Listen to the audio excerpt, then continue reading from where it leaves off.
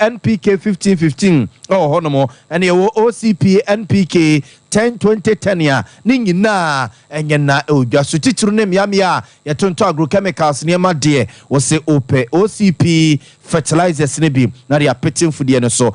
doso na chese asase ne kuma bi na so bag ene adaka wotie no na enya asem ketwa for 0555909437 0555909437 and at 0555909433 fertilizer papa and the OCP fertilizers ebusia womo ene ebo mi chidoma boma donti ama me vimwa ana pe bia a wo bia no metimi abanama ba besomwo yenye brain na fin samne yonkomo ankasa emfa emamo midin ede na ya obo ama libia boga yenkonsem no mamo ya da bo shase ye de free man penida da John Dramani mama na tena ye na papa de na pro ba ko pie flamontemo ye voter region wakwa ko bonto no aton ani so ade no ade akire Ghana ma de hye no de adesre ato ade hye a o voter region ne mpota munyina se afia bato no a Ghana ma de hye ye lazy ebutu amie makwa akoto no obesre wonum se hwe no obi a amfa bibia nyiyi ne ho ano December bosom ne de toso nso no so don for ya dom na ketrema da bodwe moje die mafusa ne ne antiatenka bone bia ne se ebetu ya somdwe mu a ade hye wo voter region ne mpota mu anyitwi enkoto aba ne bum enfama NDC amanyuku no eno no mampene da John Dramani mama ena obi bia so a wogina ba NDC amanyuku no mpese awodo so o flamantem no mo se beye na ombeba no ma beji o mayi edi efri ahokyere ene atetia o my Ghana this year yenamu o de sansami to jawabra na one Ghana ma this year bi no mahia ewo eye North Tonga batom pese so o flamantem no mampene da John Dramani mama. The description of the Volta region as the World Bank of the NDC, it is not because of the nominal votes that we get in the region, because if you take just the nominal votes we get,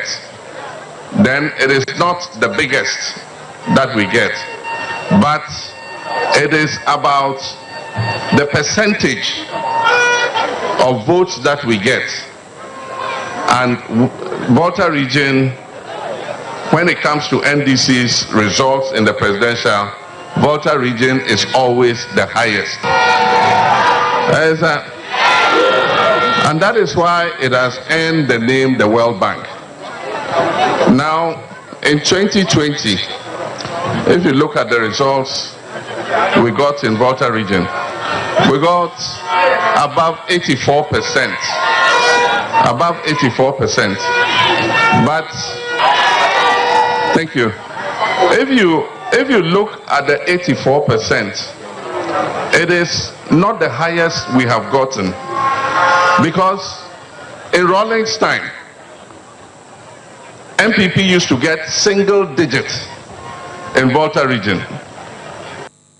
I was on phone to where I no tongue about on person so Flamantem na mampeni da John Dramani mama ene Ghana ma de hye kasa osra de hye o Flamantem no so muntu no boom se voter region NDC World Bank de a yakopon ya doma December bosom de to so abato no omo emane nsu na ontebri mane nyina setebri wa ewo mpesua no so ye to so yeguso adem o mampeni da John Dramani mama ne nkomo ya ho na no ada no ne Ghana mabunu di nkomo ena o se Ghana mabunu bo se so don for ye na dom amana ba be mampeni bio December bosom de to so abato no ekona wie ya ade a oba chese eni neno eni nansa obetu ho na mo eye chacha no o mo kotwa no a yes a friend bet no a abai ede to akwakoto so no mampeni da John Dramani mama kire se so don for ye na dom no nya eba bedruji akonya tena so pe de obeya ene se obeyi sa etuo ni nyina ede efri ho no mo na sa ansem we ya mampeni da John Dramani mama kokan ye ena mrase dwani a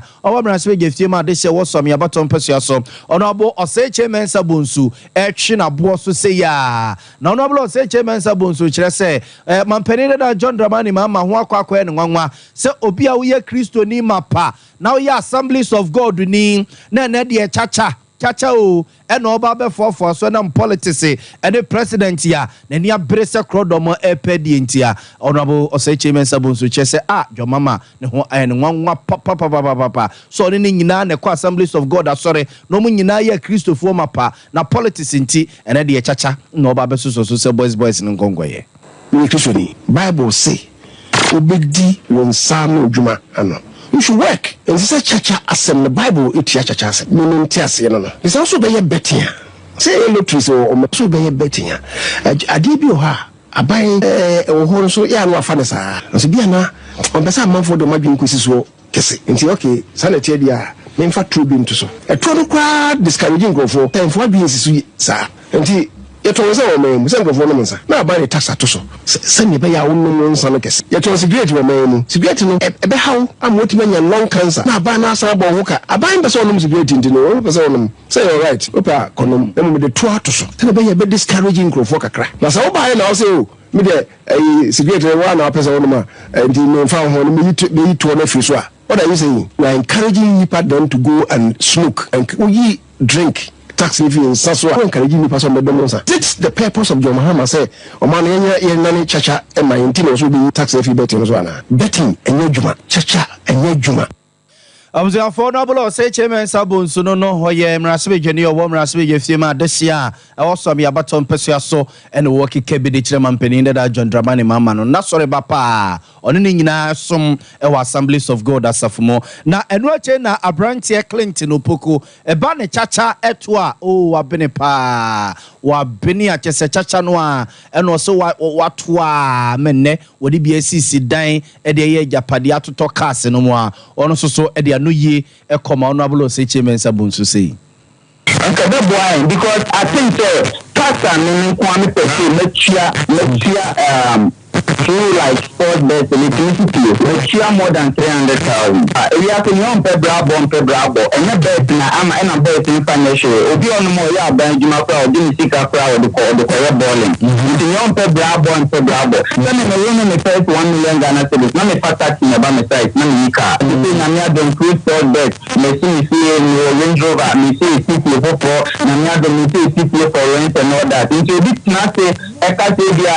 sport bet no be dinner on fanya the pa ni only person na we dinner nkata pese na mponto no yeah me kwa so ba never bia na me ko amekwa so ya say bet enya so nko amekwa orphanage me ko nyanka Ghana been to children's home me de nyama de bi ko through bet sikana na me de ko na say me ko ba for dia so to be answer me say we try bet into pasika kuti job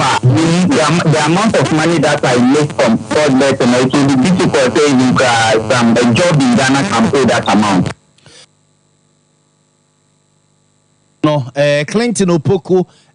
ubi abeti ye yeze otwa bomu captains band pa otwa binimu atena se chese esua ho ade nto no hyehye bet ni se ya yimo friend se hwan osne ade no a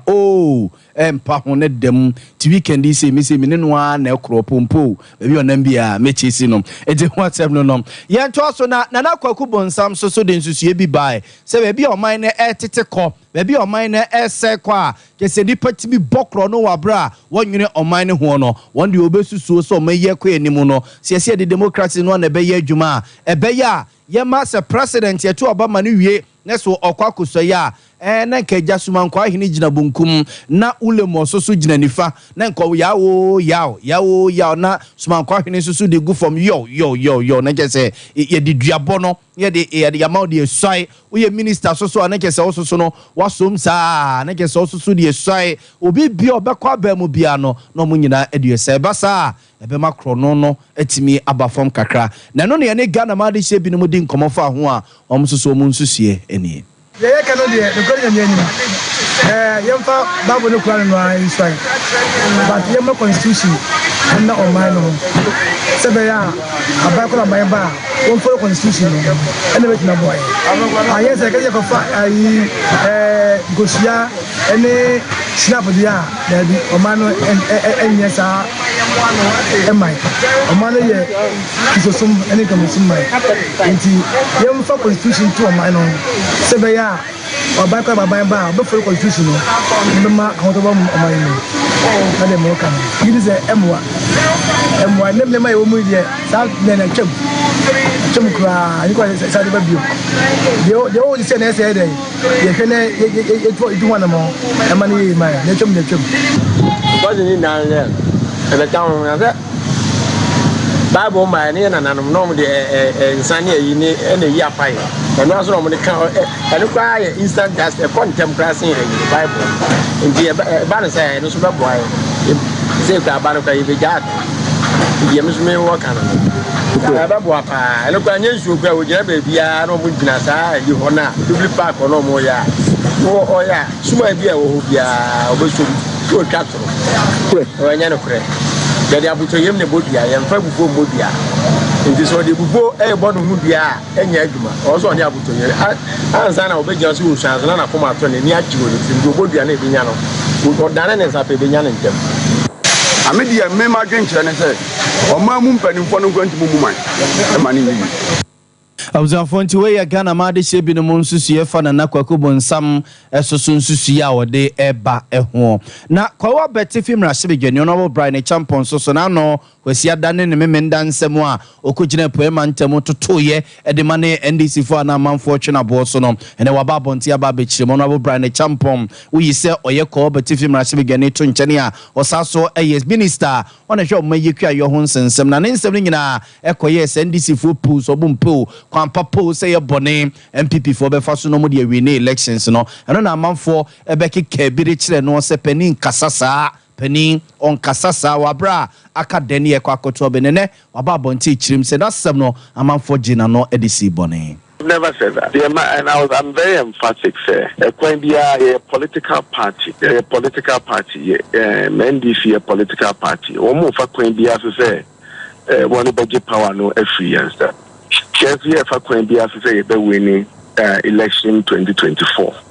And to sure says, one Namwa said they want to transfer to your soul when you go a binding thing, a year Quenbia, a press conferences, and then out to a monka. One if I can be associated one be winning elections. Yes, we have can be associated be winning elections. Meaning to no be kwako we fear kind of that is there. Boli kwako boy meshawa can be associated find mashawa. No, how is that misconstrued to mean any other thing other than the election? No, you be making sure say your best strategy and then be winning.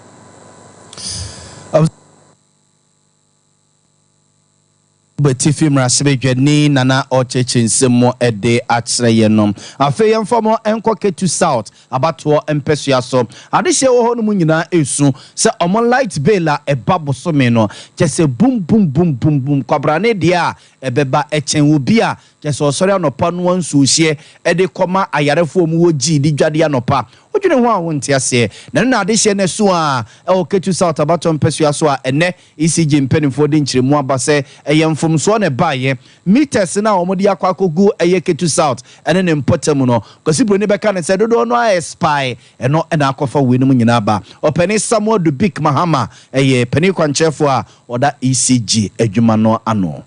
What we are realizing now is what most people don't know is that meters do expire. Meters don't have a long lifespan. They do expire. So and it's something that it's not the fault of the customer. So it's something that we now have to go out there and educate everybody very well, reflect. And let's also not forget that the PURC has increased tariffs over the period to a total of almost 75%. So it's a conversation that has to be looked at in this holistic form. Abuzafo nti we ye pane kwanche for da ECG adwubana no na yetene nkafe yemfomo enko atwema emponua abaton pesua so na yese amango ase ede ko eye krobi yese ye friend se edumasa wo mo bridge nsamso no yese chese ejonkulaise se ye mvie pi ni a eduba bia na ma de hye no wo mo ekobadie won sensem akwakwa bibibi ede amawunum na eno na obi domfo bi a ye friend se eye kwabna eye nanja ono a yeso edwadini eyobi a chese ne nsem obi pa ye na adwene se obesiesie nsamso bridge ne de ama de hye a ewo empotemo no ma yese se waya maka dekra ema oye wia ne sa no pani no echechire nsemu de echire ntia otu sa na mo no esre wo mo soso a wo nsemu bie se toda wo ntwe mani na mo enkohwe amanfo a wo mo ehia moyi na etia mehwa nso a efaase nkwala ntimi ntwom nko school empanimfo nso ntimi ntwom miam se udabi se mediska be se mbotoma metima didi ama bia kade ma memfa mbokuru no na daachi no matwa so ababa se no ntina mayim sika eboa se be ye brika ma adumasamfo ne amango asefo abe faso me nso na faase Abzafo nti opani kwabna na njane yetene nka nenu akiri na odikura wo honomo na ajiudin chirematen ababiu ono na ye ohene ewo adumasa ono soso e de afutu koma obibia se mpuntuo de e obibia se de se oye na famu de ema ebedru na boboa no nti enyina onsum ene nipa ya edaya create nkwantia anu na ye twa school kwada nam so anopa na ewie nyina na kuafonso nam so adwadifonso nam so na sabrige ne haye pa ama na nchemu tike ni baako oto myenya me na fefia anka wokoi sa tike ne kanjua ne de nko sa tike ankura tete wonya unya ni tidi mu no ya onya ni nyewe okwa buchiri edi ya mesa ne che me de to amanfo anim na mom obi a yefra no guruma bayan guruma ono na waje ata na niase a tete ya uguso ahoye Abzafo na adehie ni bisoso wa mango asene na duma sansoso no de kakra so sei mai so no angasa ati ni botom sika eye bridge ya mai esan se bridge we ese company fo na be ya mai bet o man fie ye nyina gulma ye o ya mai so ye nipa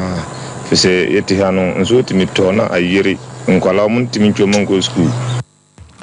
Abzafo de kase na kwakọ wie wo Osei Tutu Senior High School Abrempon no ajeso okese na headmaster owo Osei Tutu Senior High School Abrempon very Reverend Bright eye ya Osei no de adesre eto amansane Ghana bayenim so Osei Tutu Senior High School ebehia ne kwesi bronika ne se modern ICT science lab wa ebeboa wonum na omo edwumedi ahodo wo mu de titiru adekire ne adesua atumi akonkan ede amano de sansem jawabra na mranche de mabawa anasem mranche akwakoje ntete ewo school num binum etwomani ekwakoye school na doye and a very Reverend Bright ya was say headmaster war Osei Tutu Senior High School a day in some way to ja say the 21st century the 21st century education is mostly say a STEM education science and much emphasis is placed on science like school since the 1942 school, just a science lab we're using that and just about classrooms. Say normal classrooms na who apparatus be a home for your and the teaching of science and learning of science and do a teacher word but I don't see any standardized science lab and could to sneak a crowd. Into way a headmaster was Osei Tutu Senior High School Abrempon very Reverend Bright ya was any attending can into munya and a modern science lab nibia ebeba wo made chire no made pa na Abrempon Joseph Opoku Siao one so ena Osei Tutu oti old boy sitting na oda woman no sen national president ono so e de ensem kakra eto aso sei akudru baby foforo yene ye wo Ghana ha yene ye wa amonone yesre se yenyina yenka yensambom association ye to yensa frɛ nuanom nyina se obomeboan na yensuku no intimi enko nanim eduanom bebre aye bi enipa ba akopɛ atimi abaye Daniel ho amaye na wo ho na wabebiem e ka obo ho nko over 500,000 nipa ba ko otua Abzafo nti we ye eye Abrempon Joseph Opoku Sian wono ena oti old boys ni nyina we national president da woman no ena yete ne nken yade kase na sia ye sore ena e ukwado man hene ye odubu ache sa so atena se bio ade ache bi adwumedi wo de to aso frɛ na waka wasem e waka wasem dwumadie so nemum ye kawo se OCP fertilizers na abusua wo mo ebo echidoma no pay bia wo bia na yitimi ba ye eba ebebe somo bia agrochemicals nema yeton bibia obenya bi wo Ghana fa na nyina akosua somoa na chinchin fidie na de maami azuka na de Court TV ne so medin ade na ya bo amalibia boga no pay so suni asaso amamache bia 21st clinic aye sciatica expert sciatica no o nerves na wo to ase na fa wo siremu na fa wo nansia besi ase ho no se ho techema eno ene efa ne sciatica na etimi bubu o to ase ka wo se dwe wo sirem wo je ho ba bia enye na eno na 21st clinic ba ye adwuma pa wo mu ye ntia baso